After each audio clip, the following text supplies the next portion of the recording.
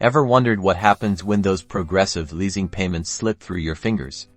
Let's break down the consequences so you can stay ahead. First off, missing a payment often triggers late fees. Progressive Leasing, like many companies, will add these charges on top of your original amount due, making your outstanding balance grow faster than you'd like. The most significant consequence of non-payment is the potential repossession of the items you leased if you can't keep up with your agreement.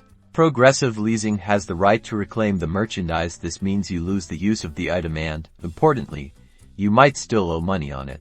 Beyond losing your items, failing to pay can severely damage your credit score. Progressive Leasing may report your missed payments to credit bureaus, and this negative mark can impact your ability to get loans, rent an apartment, or even secure certain jobs in the future. So, what's the best approach? Proactive management is key. If you foresee a problem making a payment, contact Progressive Leasing before it's late. They may be able to work with you on a payment plan or deferral. Staying in communication is your strongest tool.